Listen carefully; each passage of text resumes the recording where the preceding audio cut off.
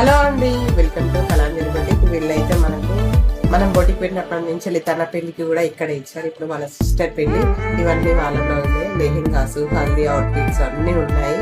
ఇదైతే పెళ్లి బ్లౌజ్ అండి, గోల్డ్ శారీ. అసలు ఎంత బాగుందో చూడండి. గోల్డ్ మీద వర్క్ కనబడదంటారు, కానీ ఎంత నైస్, ఎంత డీసెంట్ గా ఉంది.